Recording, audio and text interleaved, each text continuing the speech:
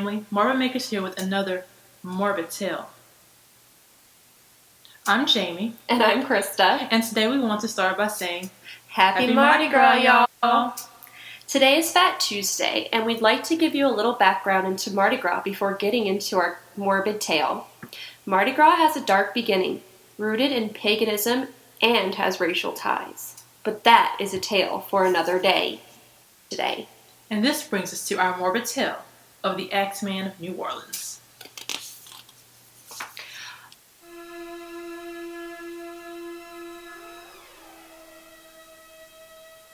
On May 23rd, 1918, a man drew a chisel from his pocket, placed it on the door, and began removing the panel. Laying the removed panel on the floor, he slid to the opening of the door. Sneaking into the home's bedroom, he produces a straight razor, slitting the couple's throat. He slit the woman's throat so severely that her head was nearly severed from her shoulders. He then bashed their heads in with an axe to conceal the cause of death. He changed out of his bloody clothes, leaving them at the scene. Then he went out the way he came. The couple was Joseph and Catherine Maggio, and they were the Axeman's first victims. They, like many of the Axeman victims, were an Italian-American couple. The police were called quickly to the scene. They ruled out robbery as a cause, as money and valuables were still in the home. They found the killer's bloody clothes at the scene as well. Too bad DNA testing wasn't a thing back then, because they could have caught him quickly.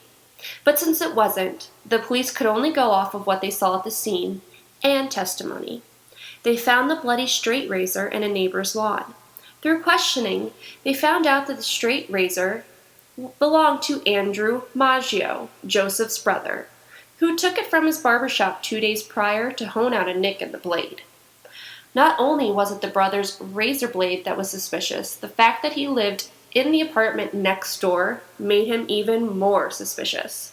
He became the police's #1 suspect, but was ruled out when he didn't back down from his story that he was intoxicated when he arrived home late, and his accounts of an unknown man lurking near the residence prior to the murder. Andrew was not the only suspect. A message written in chalk near the couple's home was found. It read, "Miss Joseph Maggio will sit up tonight. Just right, Miss Tony." Investigators immediately questioned several people, but they were all released due to lack of evidence. All was quiet for a month, until the morning of June 27, 1918. Louis Bessemer, a grocer, and his mistress, Harriet Lowe, were attacked. They were discovered after the store was not open that morning. Mr. Bessemer and his mistress stayed in the quarters in the back of the store. When discovered, the police deduced Bessemer was struck with an axe above his right temple, and Mrs. Lowe was hacked over her left ear.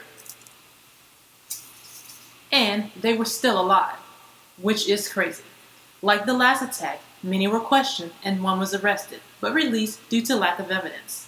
What's sad was that even though the crime made the paper, the thing the public focused on was that Bessemer had a mistress, which became the scandal. And since Mrs. Lowe's face was partially paralyzed due to the attack, she had surgery on August 5th in order to correct it. She died 2 days later, but before dying, she stated she thought it was Mr. Bessemer that attacked her. He was then charged with her murder and served 9 months in prison before he was acquitted on May 1st, 1919. On the same day Miss Lowe was in surgery, Miss Edward Schneider, who was 8 months pregnant, suffered a brutal attack. While sleeping, a man stood over her and began bashing in her head repeatedly. But she survived. This time, the husband nor the family members were suspected, but this was the first time the police made it public that they suspected that these attacks may be connected. Finally, I'm not going to lie, with the first murders, the brother did look really suspicious.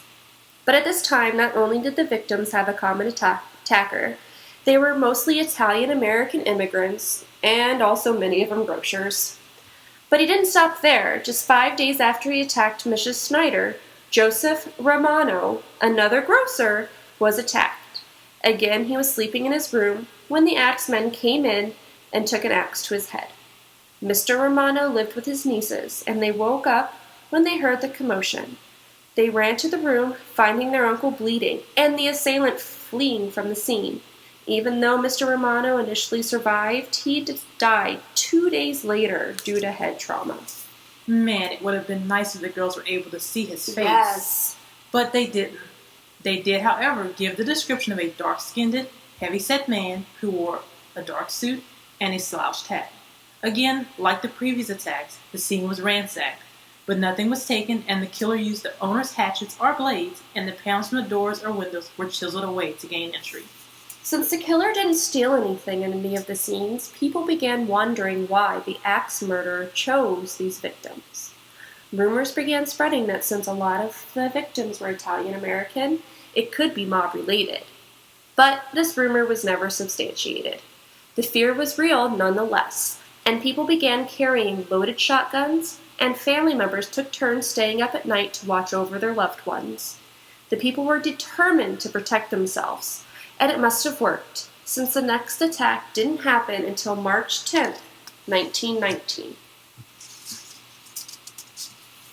The Axeman struck again, attacking Charles Cortimigliano, another Italian immigrant grocer. He lived with his family, Rosie, and 2-year-old daughter, Mary. Rosie had awakened to find her husband struggling with the large man who was striking him with an axe. When Charles fell to the floor, the Axeman turned to Rosie and her daughter. Begging for her and her daughter's lives, the Axeman brought the axe down on both of them. A neighbor heard the commotion, and when he arrived, he saw Charles lying in a pool of blood, Rosie standing with a serious head wound, and little Mary deceased in her arms. The couple was alive. Once Rosie was well enough to talk, she stated that the attack was made by the neighbor that found them and his son. Their names were Lorlando and Frank Giordano. I am so sorry with these names, guys. They're a little crazy. But Lorlando was a sickly 69-year-old man who was too poor of health to attack the couple. And his son was too big to fit through the panel in the back door. Not gonna lie, this kind of sounds like the story of the 3 bears. He was too big. He was too sick. Okay. Anyways, let's get serious. Also, Charles stated that it wasn't those men who attacked him. But even so, the 2 were arrested. Frank was sentenced to hang, and his father to life in prison.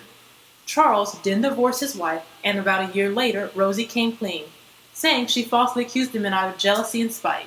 Since her testimony was the only thing holding them in jail, the 2 were released. What a horrible woman. Yes. But this attack brought fear back to New Orleans, and the people began arming themselves once again.